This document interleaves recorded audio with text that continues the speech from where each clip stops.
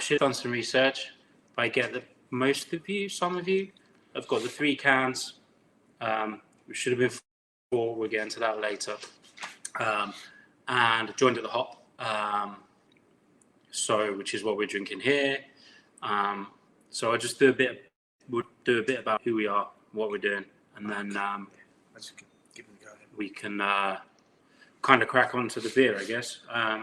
So we've been here 2.5 years now, kind of just about hitting our strides, just in time for all this craziness to happen.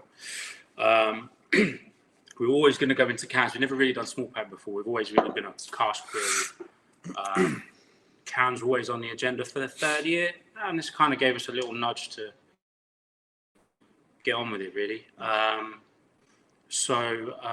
Yeah, that's us. We brew 2,500 litres every batch. You can see the fermenters behind us here. These holds about 2,500 litres of beer.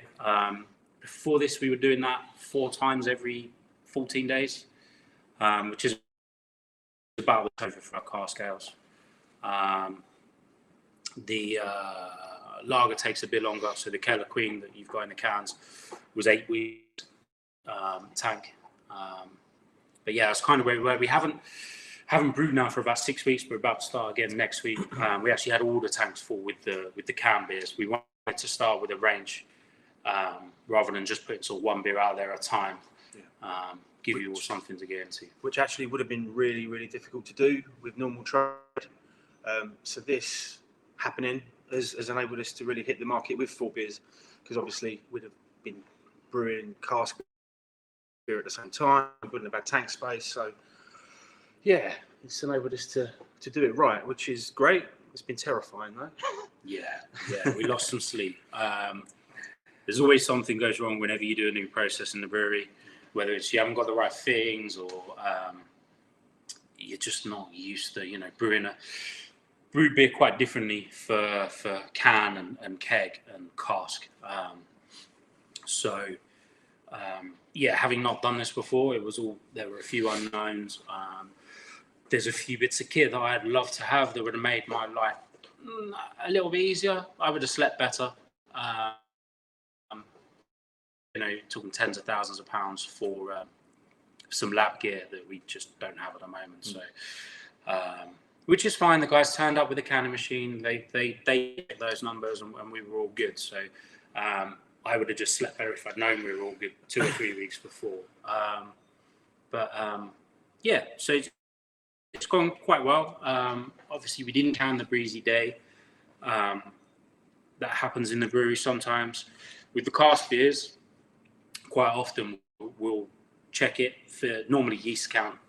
So we try and get the cell count down to about 250,000 cells per milliliter for most of our beers.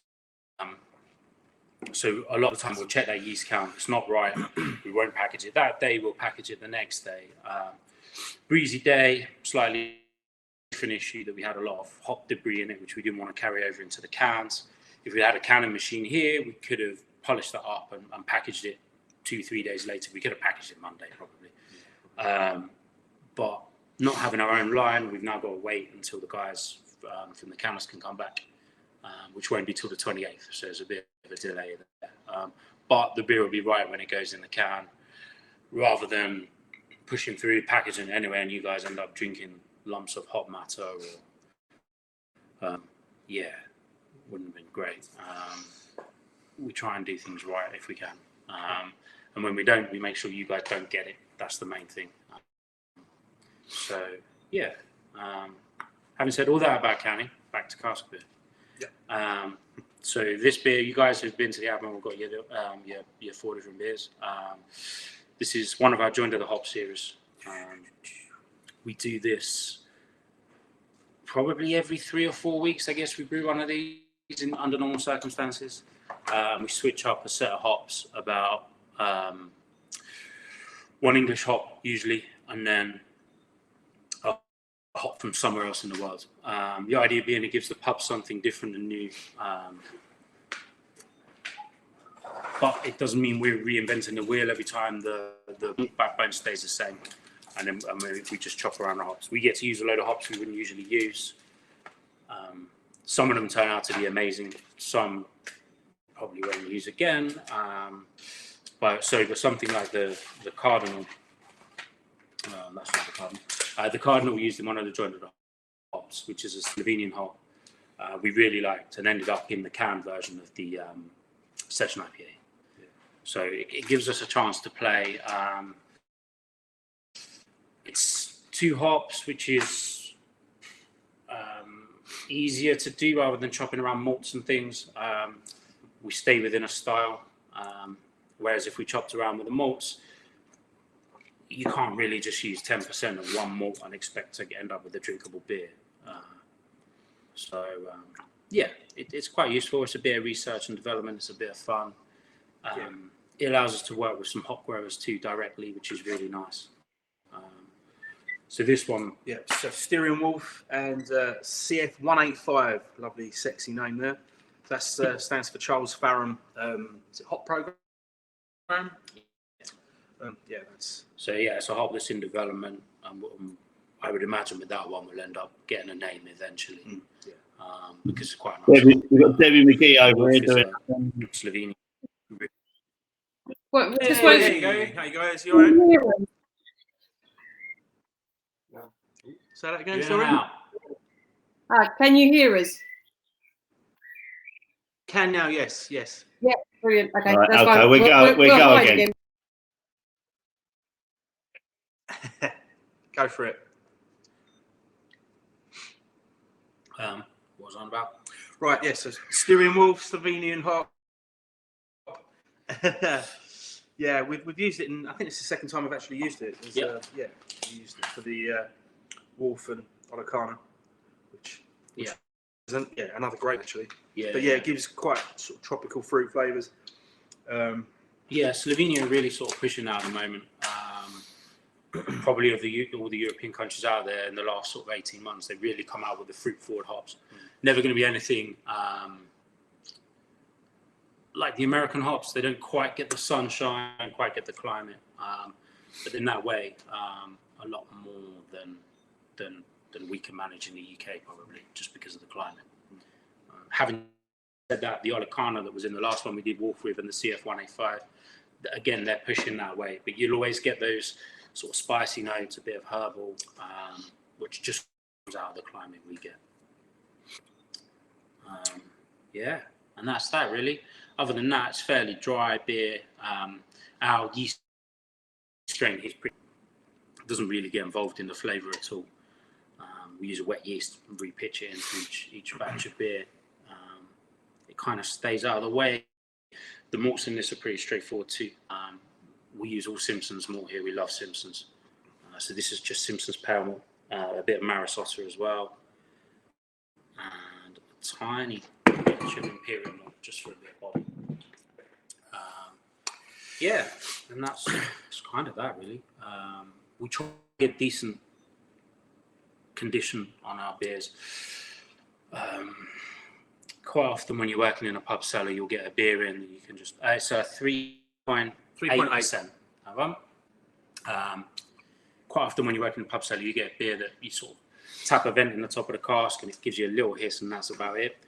Because we work with a lot of micro pubs, you can hide a beer that's not that lively if you've got a handful, give it a big pour and then you end up with a big head on the beer and then you walk away from the bar and it kind of disappears. With a micro pub, you can't do that. If you're pouring on gravity, you can't really hide. So we try and push our beers a bit further. It means sometimes when you vent the beer, you might get a bit of foam and a bit of beer on the floor, but you can manage that down, whereas you can't manage it up. You can't put it in if it's not there. Condition into a beer, it's just impossible. So we try and push that up a bit. No, that's kind of that. And that is pretty easy drinking. If anyone's got any questions, it'd be really useful because I'm kind of just talking to myself for a while at the moment. You can crack on with the cans if you want. I'm just conscious that if people are drinking, they're having to down beer if we move through it too quickly. Nothing wrong with them to down beer and drink. What's up with downing beer? Nothing. Mum's gone. He's always gone. He's the worst. He also has another neat trick too. If we go into a pub we don't know, he lets me go first, sees what I drink, sees the face I pull, and then he orders. Yeah. I might even try your first as well. So, yes, I think you've already said if anyone's got any questions, somebody's asked the strength, which you've answered, which is, are they always about? They're always about that strength, aren't they? The joined at the hop. It's normally a. Yeah, they're always 3.8. It is probably by 0.5% either side, batch to batch, but we're pretty consistent on that with the yeast strain. So yeah, they're always aimed at 3. Always end up somewhere between 3.7 and 3.9. Did you see that question come up, lad? It's, from Lawrence Andrews. Have you got any plans for mega hop forward beers? Yeah. I mean, that's basically where the Breezy Day is headed. Yeah. So we drop our session IPA with about 10 kilos of hops in 2,500 litres. The Breezy Day is at 22 kilos. So not close to sort of 10 grams a litre, which is kind of the Cloudwater sort of levels, I guess. The main reason we haven't done that before is most of our beer is cask beer, and you just can't put that beer in a cask, really. It's going to be insanely expensive. And if you guys have got 3 days to get through that cask, it's just kind of pushing things a bit the wrong way. Now we're doing cans and things, definitely we'll probably go more hop forwards. Maybe getting into double IPAs, maybe New England IPAs if I push to do it. I really hate them, but yeah. A lot of people don't. A lot of people like them. It's true. That's the thing we have to remember is it's not just us drinking them. Yeah. Well, that's always the problem, isn't it? It's trying to. If we only sold what we like in the pub, there'll be a few people or a lot of people that didn't particularly. You need to cater for everyone, and so you can't only sell what you like yourself. And as a brewer, I suppose that's the same. You can't only brew what you want to drink, although you tend to go towards that way, I guess. Yeah.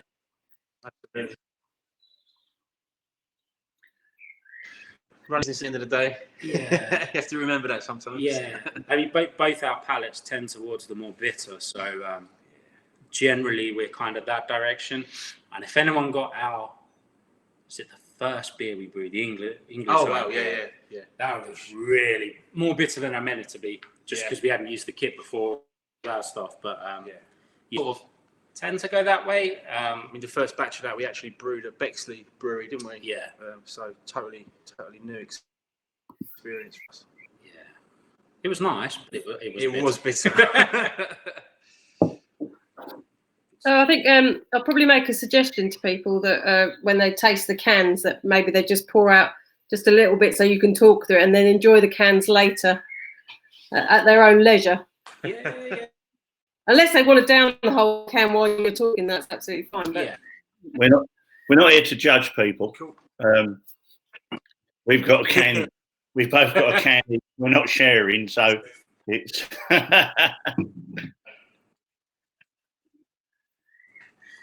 Right. Right. So first can we look at is Keller Queen, which is our lager. I'm trying to keep our social distancing, but I'm creeping out a shot. I'm going to take us off the screen just to save the bandwidth a bit. So I'll hand it over to you guys.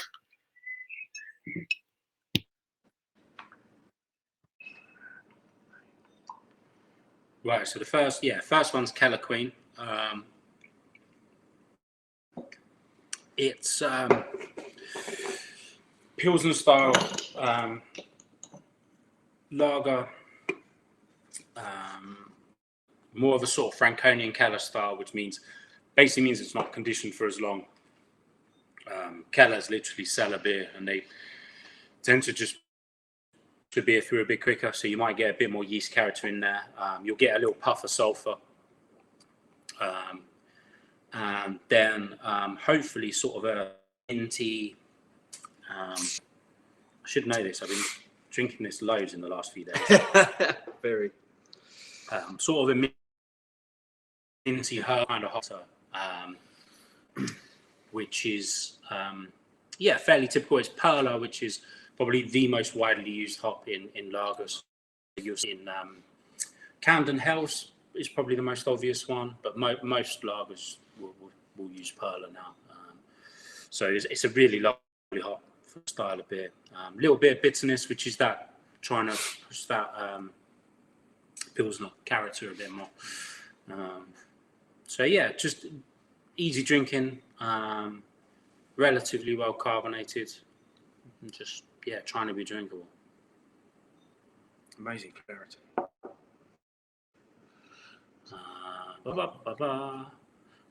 Are you pleased with the launch of the cans? Yeah, can launch has gone really well.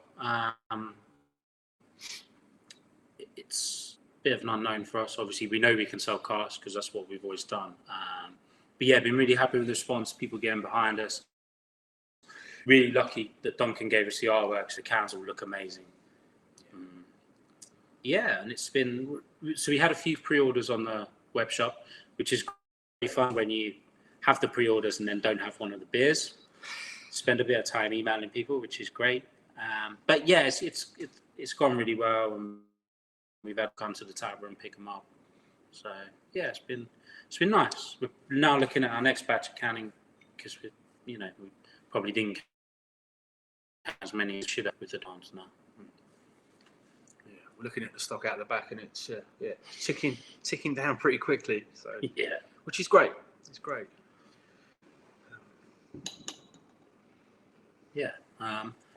That's that really. It's lager. It's nice. It's probably the one I drink the most of. It's probably happiest with, wouldn't you say? No, Rosherville's the one I'm happiest with. Oh, okay. But it's probably the one I drink the I'll most. just meant the numbers more than anything. Oh yeah. So the numbers, going back to the sort of lab stuff we had. Dissolved oxygen is really important when you're canning. It's the thing that mostly dictates your best before dates and how fresh the beer tastes. Something we can't measure in house because we don't have the machine. But I'm working on it. But yeah, the numbers on this were 9 parts per billion, which is really low, which is great, considering our equipment's fairly basic and agricultural here. It's a really good number. Where's your water supply come from? Good question. Like it. Don't ask it. It's not an odd question. All of our water comes from the mains here, which actually makes brewing hoppy beers quite difficult. It's very, very hard. So we do a lot of treatment to try and drop that out. Ideally, really nice soft water would be beautiful for a Pilsner, but we don't have it. So we're kind of stuck with what we've got. I'm happy with how that's ended up. We've had 2 years to work on our water profile and our water treatment, and now my background is in water treatment, so it's something I've been doing for about 20 years now. So yeah, we're getting there. But yeah, it would be easy. To be honest, around here, the water's perfectly suited to making big dark beers, which is kind of what we like to brew too. But, not so much of that for now. What's that question? How do you control the gravity when brewing, particularly ensuring you meet the right final gravity?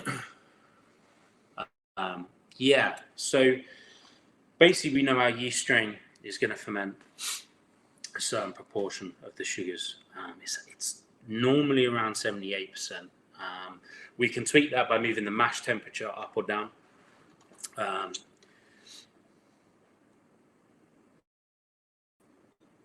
The starting gravity we're always bang on with. We've got flow meters and things in the brewery. So that kind of 1 degree either side is the change in yeast. So if we're not quite on the mash temperature that we should be, perhaps we're half a degree up, half a degree down, we might get a little wander. But yeah, generally batch back the same. And actually, that final gravity, the prime warnings, nudges that something's gone wrong with the beer. So if you start to see that final gravity go way past where it should be, you've probably got something else in there. It's infected with another microbe or something. So we actually do, every beer we do gets a sample taken out beta, and that fermentation gets forced on at higher temperatures. So we know where it's going to finish 2 or 3 days before the main fermentation is finished. So hopefully we spot any issues before we're too far down the line. So a little look into the future. Yeah, Really yeah, little time machine built into an old bar fridge. Yeah, do we want to do the next one? I'm still drinking. Can do. Next response. Next one we'll skip on to is a session IPA. 4.2%. Here's some nice on the hot summer afternoon. Yes, That's the wrong can earlier. This is the. That's the kitty. Current one. That's the session. Yep. Yeah.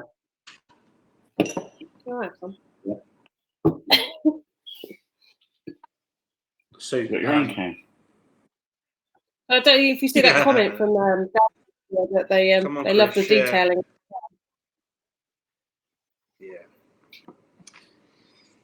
Yeah, so someone's put a rate. Someone's mentioned the cans. They appear to be unique in their feel. So Duncan is a local artist to us. He's done a couple of art exhibitions at the brewery. He's Gravesend based. He drinks in the tap room, which makes organising really easy. And he basically said to us, if you want to use my art, feel free, which is amazing. It's nice because a lot of it feels like it's set around where we are. They're amazing, striking images. But the other thing is Duncan's quite a prolific artist. So we went through 100 or so different bits of art, which is amazing. So there's some that are on the cans now. There's some that we'll probably use later. There's some that we're going to do some champagne bottles of a beer we've got sat on Pinot Meunier grapes, which we've had there for 9 months. That will go on a champagne bottle. Yeah, probably that one. Probably going to do that one for the. You might have to hold that a bit closer. North Fleet champagne. Yeah. James, Yeah, he's got some really lovely designs. the one on the grapes, is that the one you gave me a little taste of when I come up a little while ago? Yes, it was. Yeah, quite possibly. Yeah, it was, Chris. Yeah. I told Rachel about it, and Slight blush. Yeah. it's amazing. Yeah, can't wait for that one. Yeah, that's kind of where my heart lies. All that sort of fermentation side of things, and yeah. So the grape stems would have had their own yeast sat on them. So I love that kind of stuff. It's kind of very different to what this is. So the session IPA is all American hops. Very citrus forward, really light in body. So this beer is 50% wheat, 50% barley, roughly. I think I'm a little bit more barley than wheat, but somewhere around that. Quite sort of a little bit of pine in there, but mostly citrus led. I'm just clearing the stuff off my notes so I can see what hops I actually used. So yeah, there's some Denali, Citra, Columbus, and the Cardinal that we've used in one of the joint of the hops in there. Quite. So no bitter hops at all in that, is it? Yeah, so these we don't use any hops before 10 minutes before the end of the boil because you want to keep all the aromas in. What exactly is a baby IPA? Yeah, good question. I'm amazed that made it to the can, actually. Usually I say those things as throwaway comments and don't write them. It's basically just, I feel like if I put IPA anything that's less than about 6.5%, then I'm not really making an IPA. So yeah, maybe it's just the fact that this is 4.2. Still has that same hop character, but IPA has changed across the centuries from sort of mid 1800s they were 6-7%. Going into the early 20th century with the First World War particularly, they dropped to sort of 3.5%. And they've never really come up from there. They sort of went up a bit between the wars, went back down again. And then has kind of eased up, I guess, with the new brewer movement and things like Jaipur going back to sort of more of the 6% kind of space. But yeah, they've never really gone back to that 1800s sort of strength. Yeah, and that's kind of it. Again, probably a sunny day kind of thing, can with a barbecue. Very much. Yeah.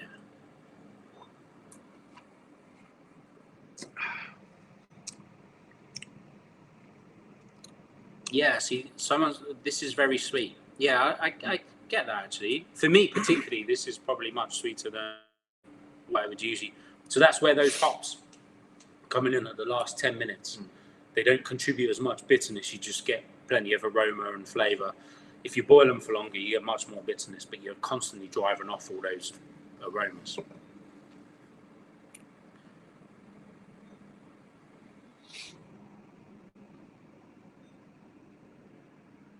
feel like I've just stopped and reading things now.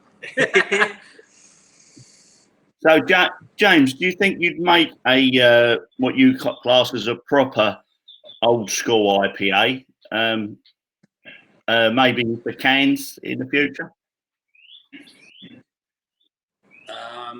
Yeah, definitely. Well, the Breezy Day is kind of 6.4, so that does the sort of ABV. It's all American hops. But we did have planned for this year, before everything happened, a heritage range, which was basically me recreating old recipes from Truman's, Russell's Brewery, who was the last brewery in Gravesend before us 100 years ago. I had some Barclay Perkins recipes in there. So we were going to do a proper traditional mild. I was going to brew the old Truman's barley wine, which was like a 10%. I think they even let it out of the brewery for a year. So we were going to do some of that as it was and then put some into some barrels and things. But yeah, part of that would have been a proper traditional British IPA.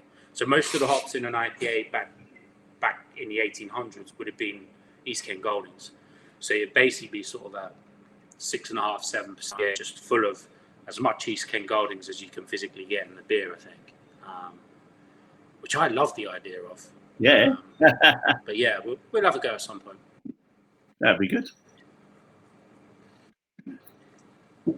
Yeah, I really got into the sort of recreating old recipes thing. Some of the things they did is crazy as well.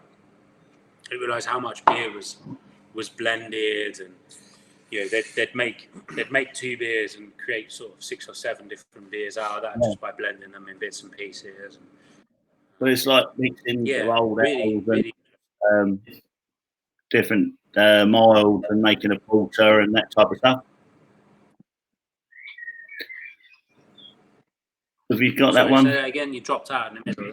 I said it's like mixing an old ale and a mild and coming up with a porter, which that type of stuff that they used to do, or the paper mill still do. To be fair, when you go over there, yeah, yeah, they'd all kind of come out of the different runnings, and some of them they'd do things like party guys, which we did here once. And it was the longest brew day I've ever done. It was like a 28-hour brew day. Yeah, that was my silly idea, wasn't it? Yeah. So we brewed a big stout and then a stout, because when you do the big beers, you leave some sugar still in the barley. Lots. Yeah. So traditional Victorian brewers, they used to do this. This is where the idea of threads comes from. Is you had 3 threads, which was the kind of the different runnings. Entire, which you'll sometimes see on the traditional labels, is basically what we when the barley you use entirely into one beer. But they used to run a stronger beer out, the sort of premium end, then they'd fill it up with water again. Whatever sugars were left would do the next one.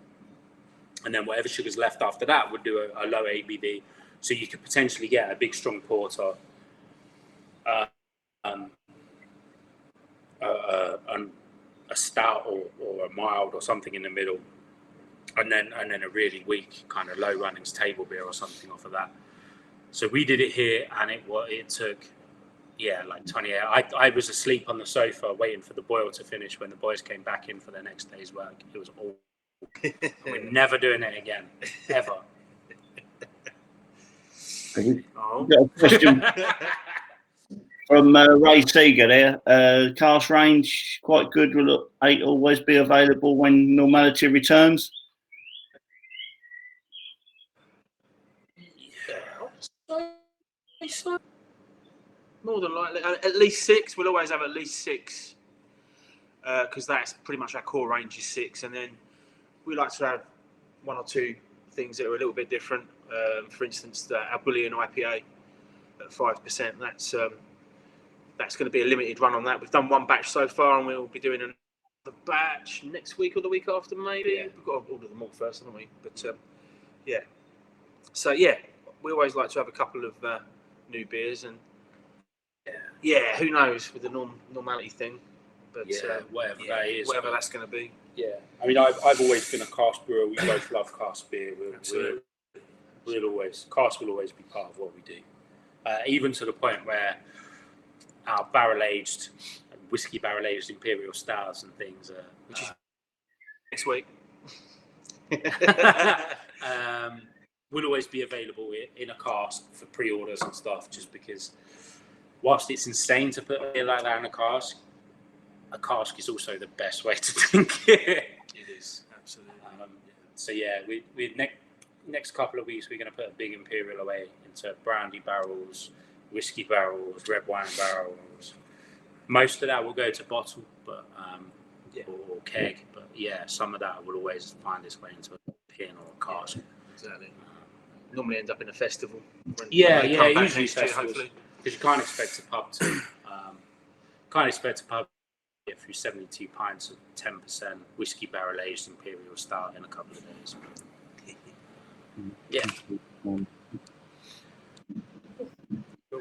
Mark James said the salty caramel stout is sitting down lovely. Is that one of your beers, or is Mark got a secret snack? Yeah. No, Mark's one of our taproom regulars. Hello, mate. So salted caramel stout is one of those ones we do kind of small batch of for the taproom. Again, a bit of that blending thing, which is kind of fun. Keeps things different here. Yeah, it changes up, doesn't it? Yeah, obviously the guys that come here see the same beers all day, every day. So we get a bit creative. We do a bit creative. We've got a little homebrew kit out of the barrel we have a play with every now and then. My biggest issue with the homebrew kit, we should really sketch the stupid ideas out on the homebrew kit because it's kind of a 50-litre batch. The problem is in not much longer than it takes to do a homebrew, we can do 2,500 litres into one of these. So quite often we just skip that process and go straight into one of these and just hope we don't cock it up. Which we do sometimes, and we have bought beer away. But it's normally. It's nice. It's better to play over there. You got all the best toys over there. Saying it's nice to see so many of our fellow micro club owners in here tonight and saying hello. Hi Harvey and Smutley.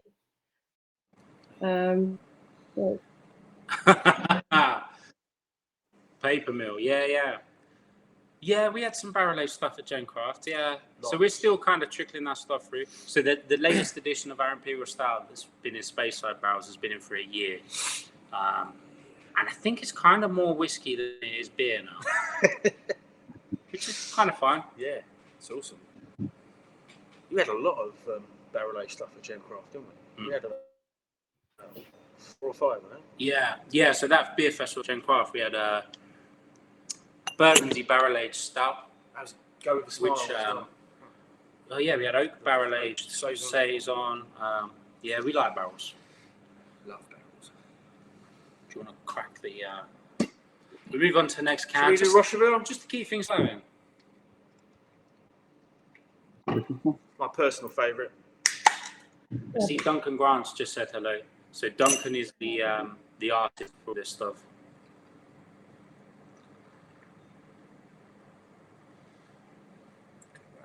Nice. You get if that was like a in shot glass thing.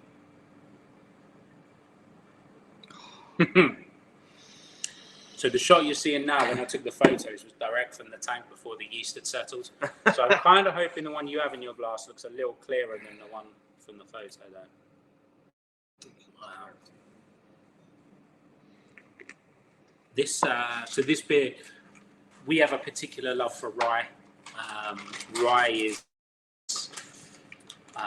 it's nice, you know, you'll be getting behind the fruit of the hops in this beer. But what it also does is it's pretty protein heavy, so it gives you a really nice head of beer. And if you use enough, you can actually finish drinking a pint and still have the head sat as like a little mousse in the bottom of the glass. It's pretty amazing. So this beer's what I would call a sort of, I don't know, an American red rye. But again, it's pretty American hop led. It's Citra and Mosaic, bit of Equinox Whirlpool, I think, Yep. and and then a bit of that kind of crystal rye, which gives you a little spicy balance. Oh yeah, read the notes. Oh yeah, and some German brewers Gold as well, which is also another lovely hop. But yeah.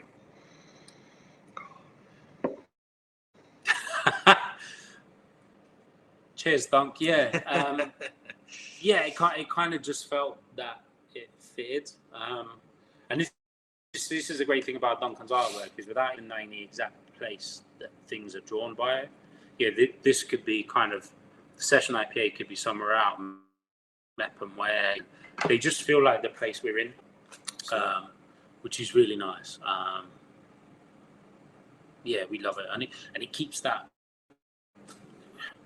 We've always wanted to be that local brewery that the wider world knows about, rather than chasing volume, trying to be the big brewery in the world.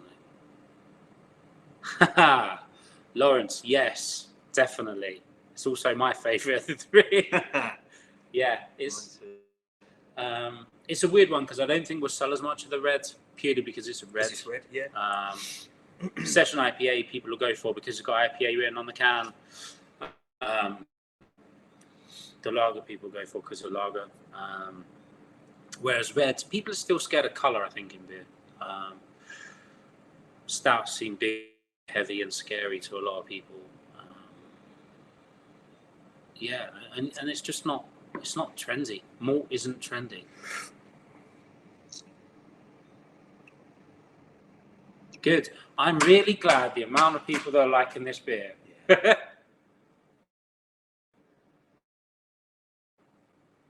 deserves the accolades. Yeah. So we've brewed this beer for a long time. We've always brewed an IPA in the kind of range session IPAs in, like 4.2, 4.4, something like that. I've never been happy with any of them. They've always got tweaks. Rosherville's pretty much been the same recipe from the first time we brewed it. Had a little tweak because the supply of the hops we were using got interrupted, but we're back to where we were now. It's one of those we've dialed in. We've brewed it a lot of times now. And obviously, 2 years ago we probably brewed it first, and that was in cask, which it's lovely in cask. Yeah, so this is actually one of the few beers too that we put in a cask and a keg. The additional carbonation of a can or a keg tends to flush out a lot of the flavour, particularly if you're sort of low ABV or you're particularly pale, you just wash out all that malt character. This beer works well both ways. It's a bit richer in a cask, probably leans a bit more malt than it does in the keg, where it leans a bit more hop, but it works both. Yeah, Duncan, I think it's his beer in a can. Yeah, it does. For me, it just brings the hops out a bit more. But yeah, this works really well both ways. We don't have that many crossovers in our range. Session IPA does both.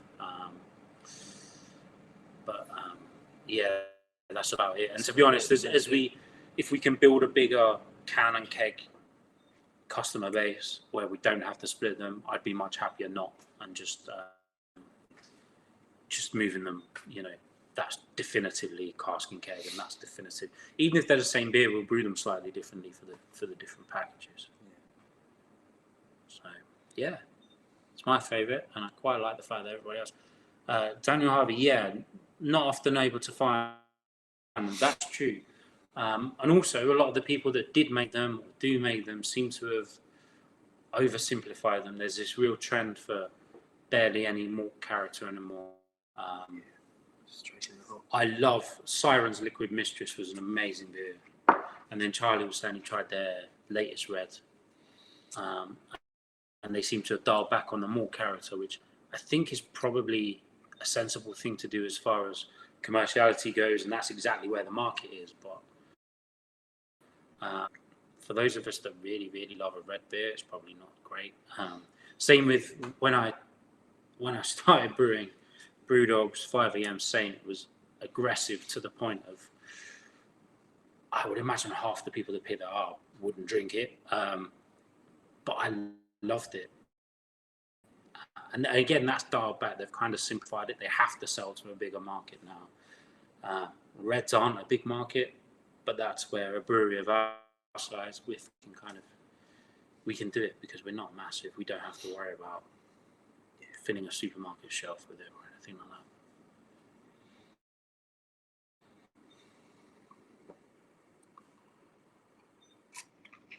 It's gone quiet again.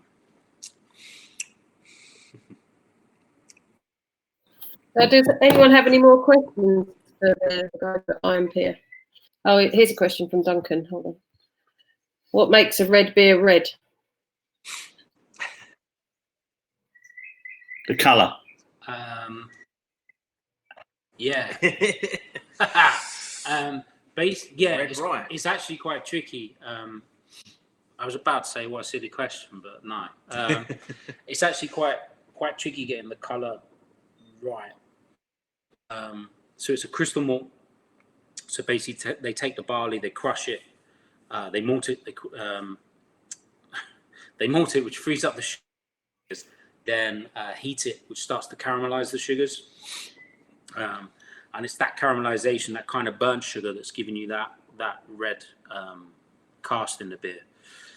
But what you have to do with the recipe is avoid too many of the malts that give you the yellow haze, the kind of the yellow color. If you're pale malt, if you go for something, in my experience anyway, if you go for something like a Marisotto, which is quite heavily orangey, you actually find you don't get a red. So for this, we use a really light colored pale malt, and then we use the red. The other way you can do it is cheat and use a bit of black malt. Black malt, Guinness, someone somewhere will. There's the thing about Guinness being actually a really, really deep red, which is true. Black malts will give you a red cast to the beer, so you can actually just when you're sparging through, put a bit of black malt on the top of the malt at the very last runnings, and that will just put a bit of red cast into the beer as well. We've got a food and drink pairing here. They reckon it would go very nice with steak. Yeah, it's kind of got that muscly pepperiness to it, which would kind of work. Yeah, it would stand up to it. That's kind of why I struggle with things like the Session IPA. If they're really lovely to drink on their own, but then when you start putting food with them, they need a bit more oomph. It's a bit like if you're a wine drinker. The IPA would be good with like a curry, something stronger, where you want a drink that's not going to take away from those strong flavours of the food, maybe. Yeah, I mean, food's always tricky. It's what you want to get from the drink you're drinking with it. But yeah, generally sort of lagers, saisons, things that are quite dry, which the rye does quite well, which is quite a dry finish. That's quite nice with food. And yeah, not getting too involved with the IPAs and stuff because of all that hop character. You might be kind of climbing all over your food. A question here from Ray.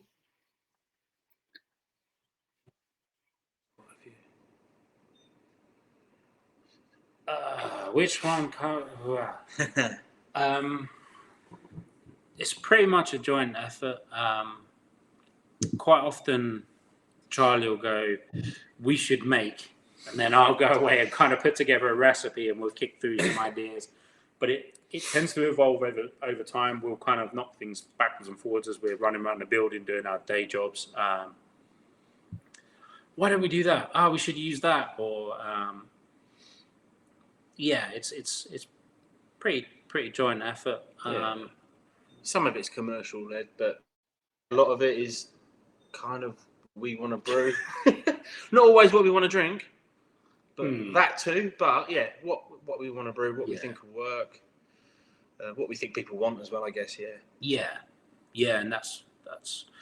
And then, when you go into the barrels and stuff, it becomes even more, because it's not just about putting the recipes together, it's also about when's this beer right. So we get the great job of wandering around upstairs, opening the barrels up, taking samples, and figuring out whether that beer is ready or not, which is... that brings us on nicely. Tends to be a morning job. Yeah, that's a question. Yeah. That says at the end, impact it on flavouring the beer. So that makes sense. Okay. Yes. Yeah. So it's quite important too. So yes, you can sanitize or clean the barrels. We don't. Although we did a brown stout in Burgundy barrels, and we placed. So we did half of it was in a barrel that had been steam sanitized, and half wasn't.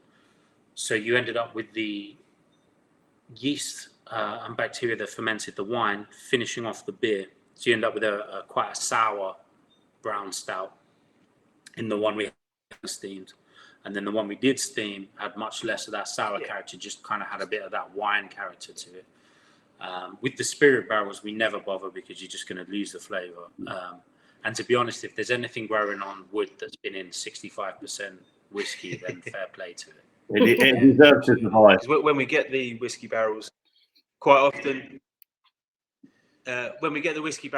what we basically do is turn them upside down and empty the contents into a bowl or a glass or something and drink it.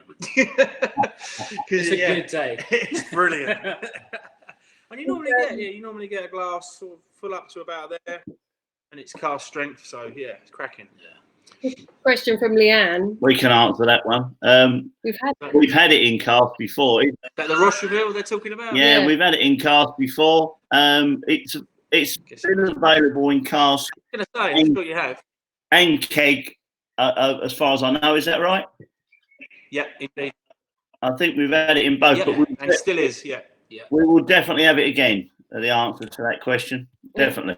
Question from Jane Goodwin as well. Good stuff. This was, yeah, we've got lots in keg at the moment. So. All right. So the question is, that's a good question.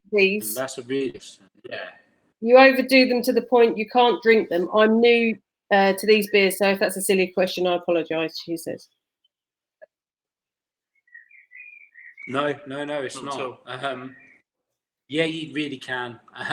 Generally, it's the bitterness that you really, really do overdo. And yeah, it does. There was a big thing in America a while back, kind of an IBU arms race thing where everyone was putting out 100 IBU beer, 120 IBU beer. And that basically measures the bitterness. Yeah, sorry, IBUs are a bitterness measurement, which was all nonsense anyway. None of them were measuring it in the right kind of setting. It was all calculated. But yes, none of those IBU numbers matter. It's what you taste. And particularly if you've got a beer that doesn't have much sweetness in it to balance that out, you can really, end up with a really nasty, it can be horrible. And it depends how you perceive bitterness too. So weirdly, I really struggle with gin and tonic because I don't like the bitterness. And yet beer, I really love bitterness. There's just something about the way it's perceived. So yeah, you can definitely mess it up quite easily. And you don't know it until the beer's fermented. You've spent 2 weeks waiting on it, and then it's ready to go, and it's horrible. which I try not to do too much anymore. But yeah, it still happens. Not so much that, but things go wrong. And again, that's where your quality control needs to come in. You pour it away. We see it. We don't like it. Hopefully, you guys never see it. And then, yeah, it's the point of quality control. Oh, I found another can. Which beer style would you most like to brew? What would we most like to brew to package? Well, for me, we've already done it. That's the Rosherville Red. I've always, wanted that in a can. Lager. I'm a massive I was lager gonna say, boy. for you. I'm a massive lager boy. Yeah. I mean, so the beers I really love tend to be mixed fermentation or big barrel aged stouts. Yeah. So not Which so much don't the really can. end up in a can so often. Generally, you end up in a bottle because it's. There's still that perception, I think, between. I could drink 4 or 5 cans. It's a slightly more disposable thing, I guess.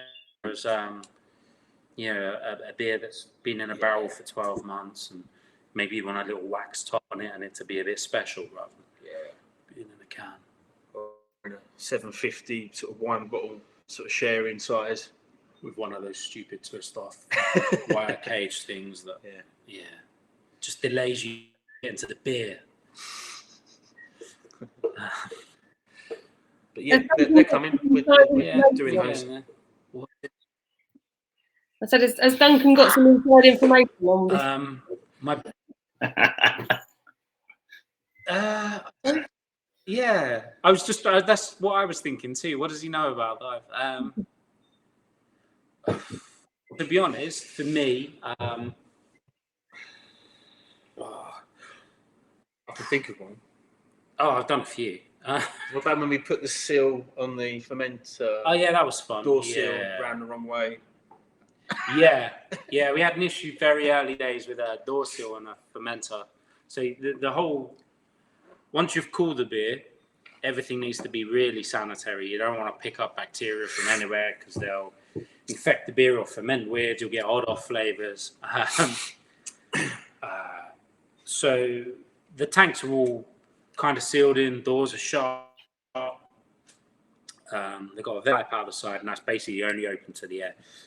We got up to the door, which is about 1,000 litres into our tanks. And the tank started to leak because we put the seal on the wrong way around. Whoops. So we had to strip the whole thing back down, flip the seal around the other way, close the tank up, by which time we'd lost about 300 litres of beer. In front of a pretty much full tap. Tap room was open at the time. People drinking beer, watching. That was fun. Yeah, it was great. Which is kind of why I hate the tap room beer when I'm brewing.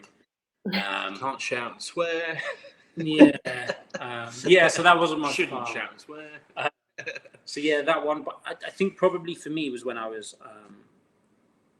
early into brewing, and I had a problem in my own brewery. We had an infection in the beers and like a wild yeast thing. And I went through batch to batch trying to isolate where the problem was, which meant brewing sort of 4 or 5 batches, trying to find the issue, which is really good for knowing where your problem is. But these days I wouldn't bother. I would just completely, everything on that kit, you'd completely dose in disinfectant. You'd clean it down, steam it, clean it, whatever you need to do. Don't push that through. The big problem we had with that too was it was a very low lying infection. So a lot of these things will ferment things that the brewer's yeast won't. So going back to the final gravity thing someone said earlier, you think the beer had finished, and it kind of would, and then you put it in a cask, and then about 4 weeks later, it starts to do things because the bacteria that are in it are fermenting things that the yeast won't eat, so it carries on going. And that was a real pain, and a lesson learned, but an expensive one. It's just nearly dumped Northfleet champagne, didn't we? Oh yeah, Nearly. Oh okay, yeah. This is another oops, yeah. It's like Could have been. Is this a confessional now or what? So the beer we've got about 1,500 litres of saison sat on Pinot Meunier grapes from Simpsons out of Canterbury. And it's been there since the harvest in September, October. Yeah, September. Yeah. Charlie and I pulled some samples, and the grapes, the stems, everything's in the tank. Pulled some samples. It came out really nice, deep red color. Super bitter. Really tannically dry. It was like licking the inside of a teapot someone hadn't cleaned for about 15 years. So we're just going to throw away.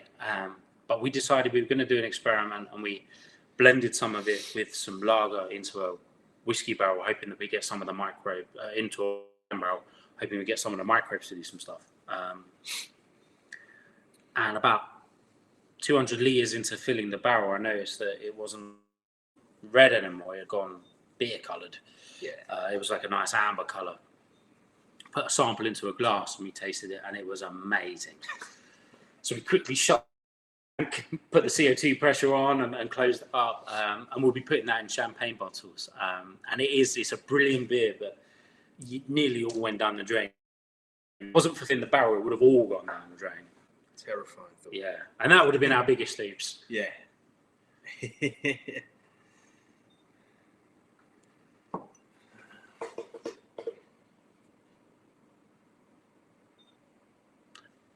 Chris has gone quiet again. Can't hear you, Chris. Rachel's left the There you room. go. I've been pushing the wrong one. What did you do? What could go wrong? I said that the one you're talking about there. That was the day I was up there, and you said we was going to throw this It away. was, yeah, What do you reckon? And I went exactly. like, yeah, it's amazing. So that's the one you're putting in the champagne bottles. We will, Fantastic. yeah, exactly. Probably in the next couple of weeks. Yeah, Rachel just come back and said, "Oh, Chris is doing the technology on his own." He's managed to do it on his own. Well, not quite. Oh, right. Yeah. It wasn't. Did you do Kelvin's question? Right, we've got a question from Kelvin Page, the one and only Kelvin Page. There you go.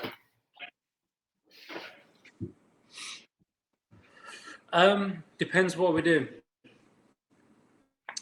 Most of it's our own taste. Pretty much all the regular beers are our own taste. The only thing where we do old recipes would have been the heritage thing. The Imperial Stout is actually based on a human's recipe. But other than that, It's the only one so far. But yeah, going forward, we'll definitely be doing more heritage, as we said earlier on, milds, old ales. yeah. Well, you're saying about the The mild. great thing we're doing the heritage stuff. If you go, The old-fashioned mild were nowadays everyone thinks mild is a weak beer, but in the old, like the Victorian milds and the old milds were strong beers, weren't they? There was some powerful. Harvey had come recently in the which was a big, powerful mild, and it was amazing. yeah. So mild originally just meant it was just a beer that wasn't aged. Yeah, just a new It's beer. basically a running beer. So the porters would be vatted for 6 to 12 months.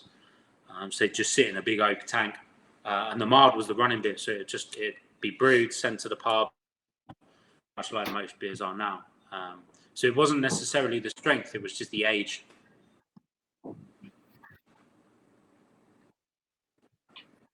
Which actually, thinking about it now, means also the hops were quite raw and quite alive as well. So Green. Wasn't yeah, it? They used to probably call it had some green. fairly interesting character to it.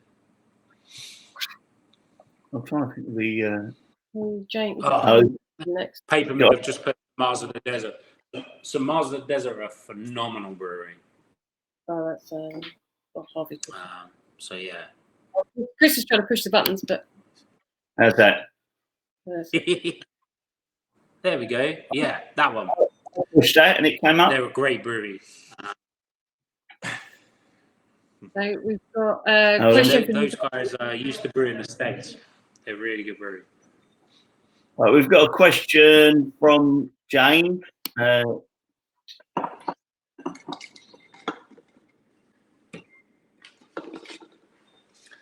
Just trying to sort out my beer supply.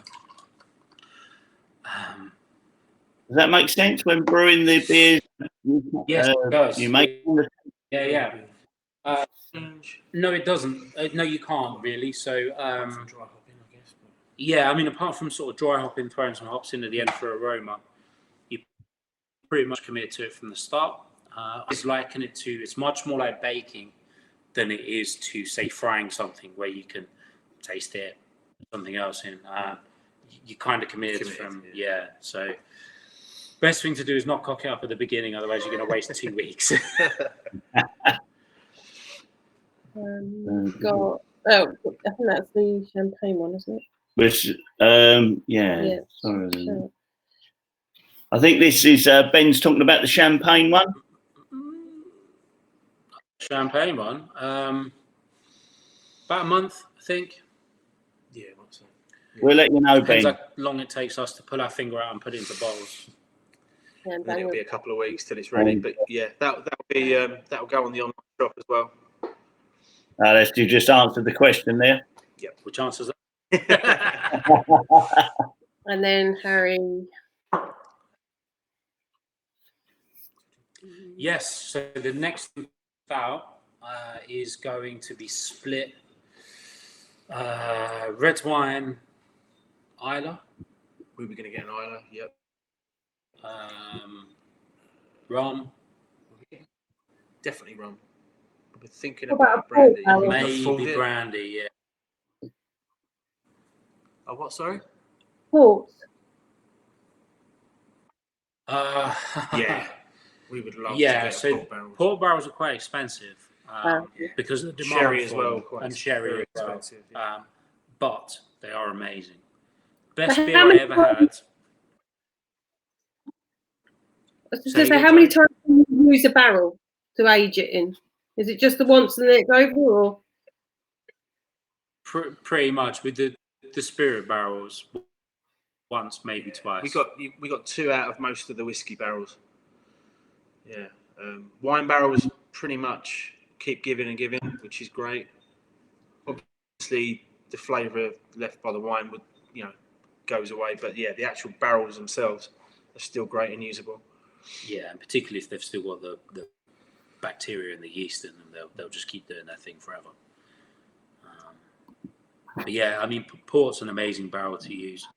I had an imperial stout by what's the Belgian brewery? De Strieze in Bruges about 10 a.m. on a Saturday.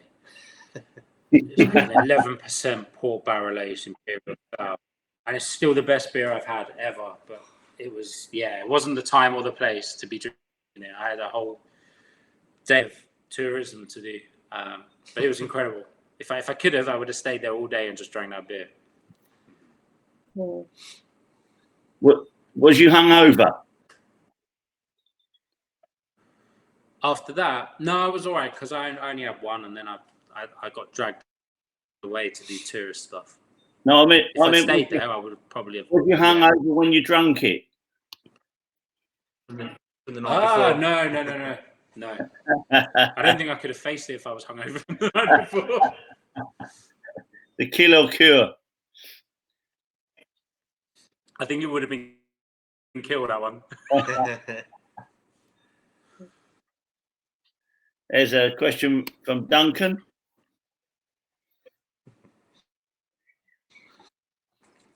That sounds like a dodgy English. Have you got your own strain?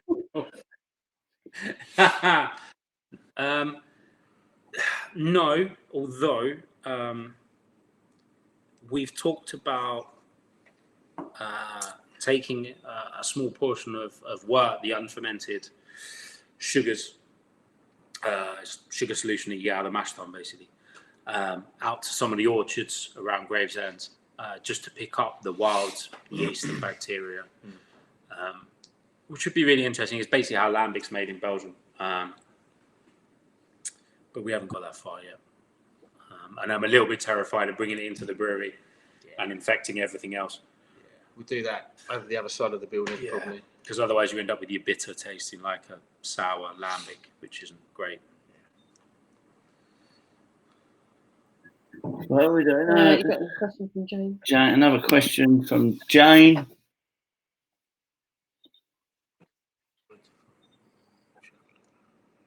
God, I I wish we did. Yeah, it'd be lovely if we could. We're pretty much stuck here, or pretty much 24/7. We use a couple of barrel suppliers, and we get to pick and choose a bit of where they come from. So you can pick some of the whiskies that have been in them before and things like that. Yeah, the whiskey barrels. Yeah, like we don't really know exactly what whiskey was in there, other than we know it was Speyside whiskey. So it gives us a good idea that what that's going to give to the beer. Ideally, I would love. I'm quite passionate about my wine, so I'd be able to go and pick and choose where we get our wine barrels from. But that's quite a long process and quite a long way down the line, probably, because anytime either of us are out of here, then beer isn't getting made. So, So guys, are you ready to move on to talk about the Breezy Day IPA? yeah, can do. Yeah, so it's basically it's gonna be when it eventually gets out of the tank. So it's sat in. That's weird, isn't it? Sat in that one there. There's a big hoppy IPA, Galaxy and Citra, which are two of my favorite hops, big and punchy. And yeah, ideally it would be in the cans and you'd be drinking it. That's going to be the artwork. Yeah. So it will be packaged, and it will be that batch, and but basically it's you end up with a layer at the bottom of the yeast, and then where we put the hops in the fermenter for aroma, a layer of hops on top of that, and then we take off the beer above that, and you leave those behind ideally. We dumped all the stuff off the bottom, the yeast and the hops, but there were so many hops in. Found started to fill through to the cans. We were still putting through little tiny bits of hop matter of leaf. So we basically made the decision that we weren't going to put it in cans on the day, just to stop people from getting cans that are substandard. We will from this tank into the tank next to it tomorrow. We do all our transfers under CO2 pressure, so there's no pumps. You just literally use the gas pressure to pump the beer. It's the softest, safest way for the beer. It protects it from oxygen. So we'll push that through some strainers, hopefully keep that material behind, and we'll end up with some nice, bright, shiny beer in this tank. And then on the 28th, the canners will turn up, and we'll can it. Which will be nice because it tastes beautiful. It does. It was really irritating, and I think it's one of the things where maybe 3 or 4 years ago as a brewer, I might have gone, it'll be the first 100 cans and the rest will be all right. And I'd have just kind of tried to carve off those 100 cans. The problem is, I don't think now what I know, I think you would have still got bits all the way through that it's just not worth doing. The last thing we want to do is doing a recall. I can tell the people that. Go again, Chris? Yeah, I can tell the people that have ordered the sets. We've sent out the joined at the hop. You will still get your can when it's ready, but we also can tell you that we had a taste yesterday and it's worth waiting for. It's very, very nice. Very, very nice. It's my kind it wasn't 100% ready, but thanks, mate. the flavour is amazing. Very. Sadly, it for me would have been the style beer. Although saying that the Rosherville Red would run it a very close second, and it's one of those. I think they're both fantastic. Well, they're all good beers, but those two are the stars. and it would be personal choice at that point. If you're more of a malty, a red beer, then the Rosherville. And if you're more, Yeah, Yeah, I think actually, it's the other down the other route, but fantastic beer, worth waiting for. When you get it, you'll be glad you waited. What hops did you use in that one? yeah. In the Breezy Day, it is Citra and Galaxy of the dry hop. There's like 10 kilos of each of those in the dry hop. Sultana. Denali, which is now called Sultana, which sounds horrible. And something else. No, there wasn't, was there? No, it was that just was all those. Yeah. Just lots of those three. Yeah. Yeah. So, Lots yeah, and lots just and lots. loads. I think there's about 35 kilos of hops in the beer in total. Into 2,000. That was a smaller batch too. Yeah. So that's about 2,100 litres of beer. Yeah. It's On the upside, it's pretty. I hot. think it's given Rosherville a little chance to shine. Yeah. And then we'll have Breezy Day in a couple of weeks, and we're actually going to be able to can more of it, which is great. Yeah. So we were originally not going to can as much. Seeing the can sales this week and kind of seeing people asking about Breezy Day, we've decided to up the amount we can. Gives us. When we was at the brewery, We know what to expect this time. So when we was at the brewery yesterday, we chatted about the possibility of that getting hold of some of that in keg. But I think it's going to be a limited, a limited availability. Yeah, it'd be a pretty small run in keg, I think, by the time we've got the cans out. Depends how much beer I have to lose to leave all the hops behind. But there'll probably be 20, 25 kegs available, half of which will go through the tap room, and then the rest will go to trade. Are we?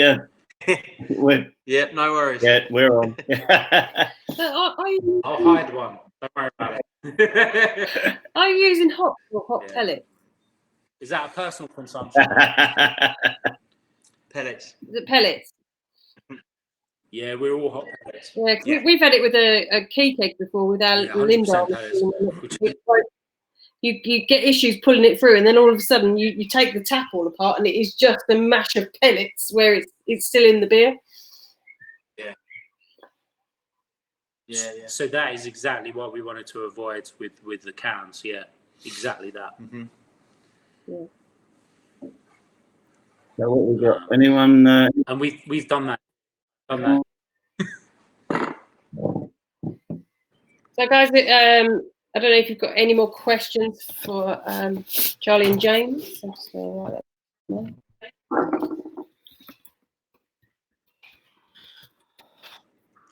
Have you got a plan of something what do you want to can next?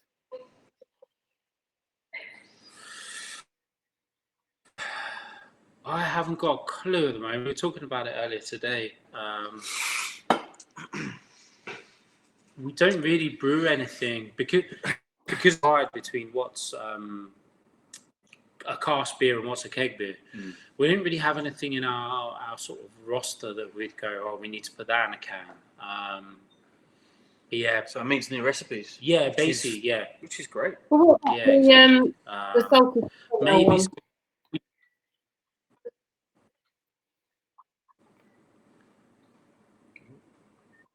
The salted caramel, the hazelnut porter.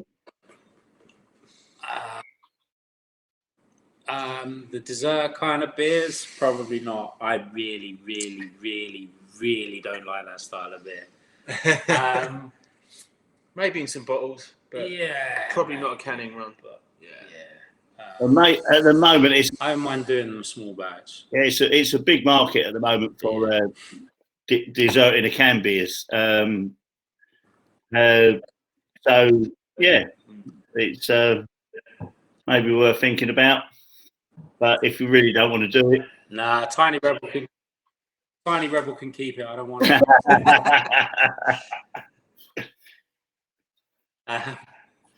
I don't know. I mean, we've done some sours in the past, which we always take forever to get through on the keg lines, which maybe make a bit more sense in a can, as far as stuff we do already. Yeah, I don't know. I mean, never say never to the dessert stuff, but It'd have to be pretty special. We'll have to work on a new recipe. Gotta do yeah, it. I don't really get excited by dumping a load of stuff in a beer. Yeah, like donuts and salt, Yeah, exactly. chocolate brownies and jam, roly polies, and yeah. This is We got Martin. Yeah. This is one of our customers, Martin. His wife takes out all our like dark beers and she makes brownies out of them, and they taste amazing.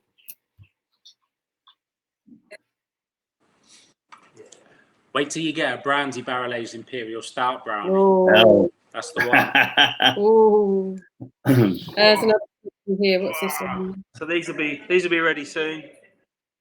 Oh, what's that one? Hang on, Charlie. Would you rate your oh, don't ask that question. Let me just make that so. Burning Sky, the best brewery in the country. Burning Sky, probably the best brewery in the country for me by a fair way. Ben. And yeah, I've forgotten every other brewery in the country after that. Just Burning Sky. It's just Burning Sky. Now I've just made you We both have a real love for Odell's. Now I've made you bigger, Charlie. Can you show the bottle again?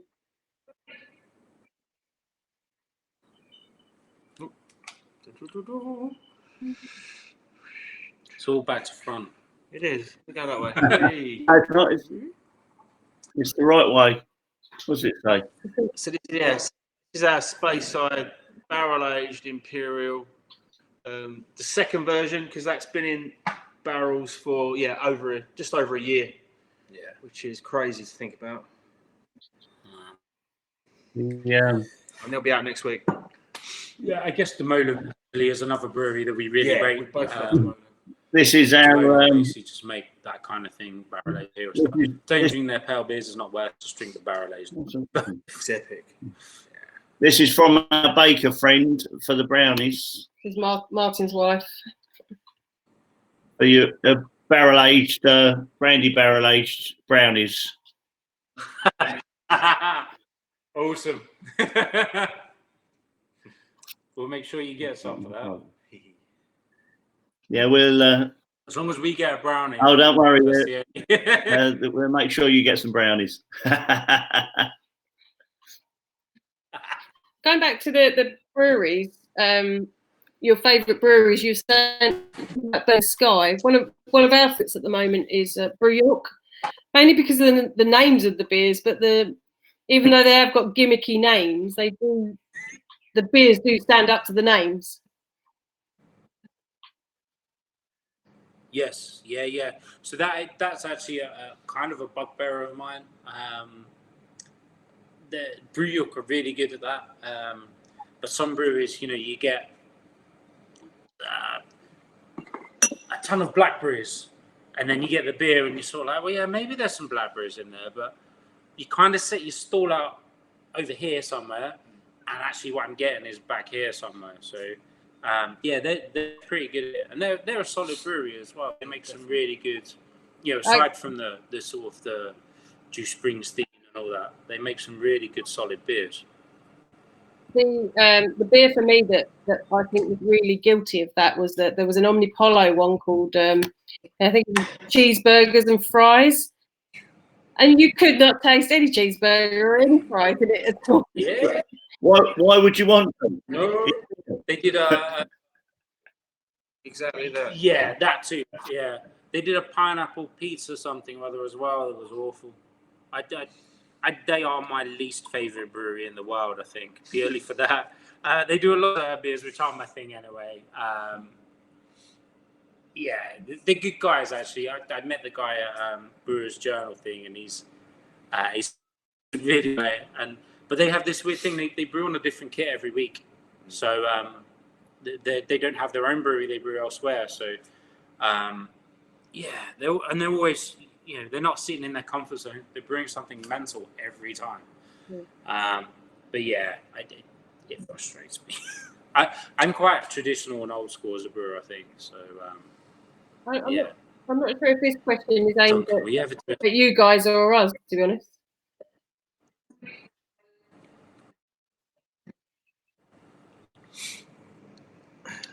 Sorry, say again.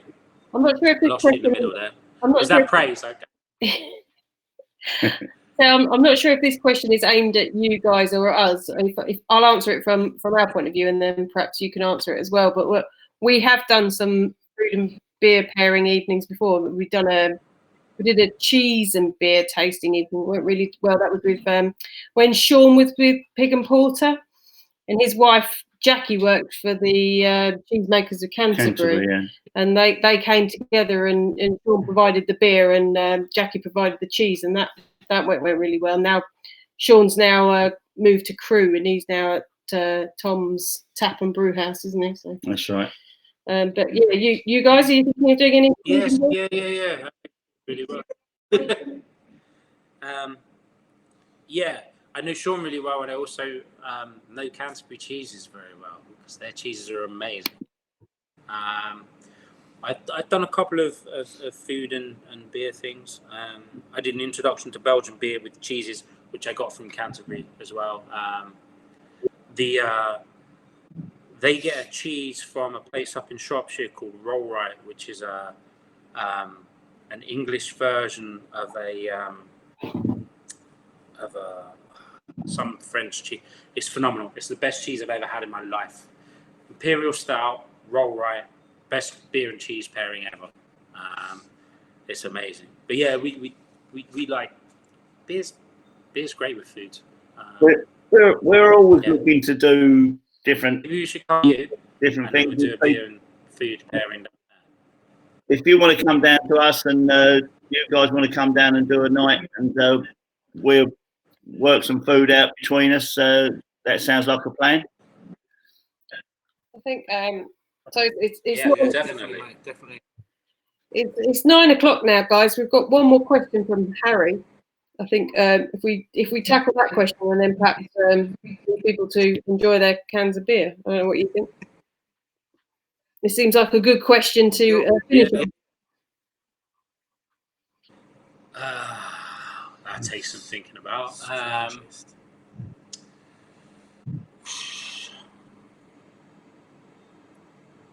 Micheler Spontan Basil. It's a bit weird. I wouldn't think of putting basil in a lambic, but it was actually really, really good. Yeah. So that's one that worked.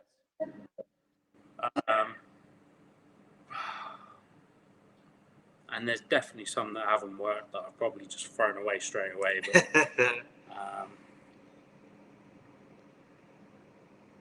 always when I first had tzatziki sour. Oh yeah, I found that quite strange. Mad Hatter's tzatziki sour, phenomenal beer. No, Mad Hatter's a brewery gone. One of the brewers is now at Orbit, but their tzatziki sour was incredible and weird and wonderful. Oh. Sour with cucumber notes. Yeah, it really, really and did. It worked. It was exactly as it said on the tin. It was brilliant. It was a great beer. It was actually our first guest beer at the brewery. It was, wasn't it? We will do another question because this is commercially viable for you guys. So the little plug for you guys. No, at the moment, no. No. Yeah. Under normal circumstances, we were doing about one a month, but obviously these days, we're not a big brewery, and you can't get people in the brew house. So yeah. One day, whenever all this craziness ends, then we'll probably start doing them again, and then we'll put them on Facebook probably because that's where people find everything. Yes, the tap room is dog friendly. That's always good to hear. Very much so. Some days it's more dog friendly than it is people friendly. Most days.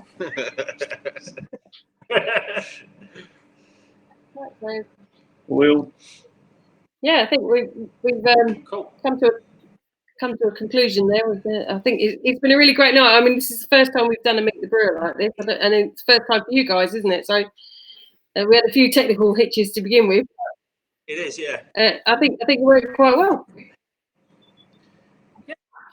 We seem to have a bit of a satellite time lag link thing going on. Gravesend's so far away. Yeah. Gravesend's in a different time zone to Sheffield, obviously. But other than that, no big deal. I think we've got through. Right. So,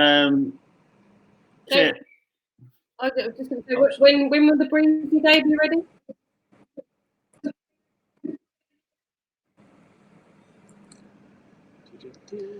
Thanks, Dunk. Thanks, Duncan. Do we know when the Breezy Day will be ready? It's getting canned on the 28th. Right. So early. In theory, it's ready to go off the end of the line, but by the time we get it out, about a couple of days later, probably. I think that's a Thursday, so yeah, following Monday. Yeah. Which I think is 1st of June, probably, something like that. Yeah. Well, for the people that we owe one to, we'll get it to you as soon as we get it.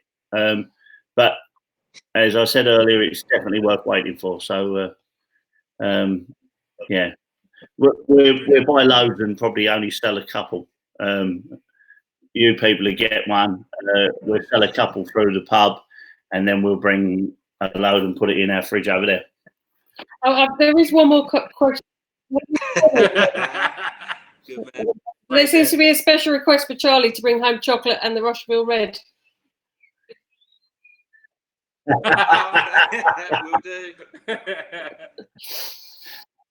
Good message, you know. That's pulling rank, I think they call that. There's your food and beer. Yes. Right. Well, thank you very much, guys. Thank you for taking the time to do this with us tonight. It's been really good. Cheers. Yeah, thank you, guys. Thank you so much for your support. And yeah, we've really enjoyed it. Thanks, everyone. Yeah, and everyone who's got up here. I mean, it's tough times. So yeah, thanks, everyone. It's all appreciated. Thanks, everyone, for joining us. The people that had the beer, that was the way to go. And the people that didn't have the beer tonight, you now wish you would have. But it's available on the online shop on ours. If you're up in the neck of the woods where the guys are, you can get it direct from the brewery or on their online shop. So we share the love. We don't have to make all the money ourselves, although we want to make some.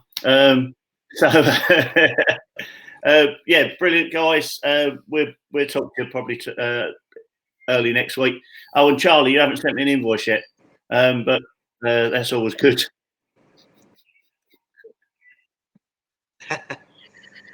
Right. Nice one. Thank you very much. Right. Thank you very much, guys, and thanks everyone. Thanks, everybody. Taking the time. Good Good night. night. Good night, everyone. Good night. Cheers. Thank you. Cheers. Got more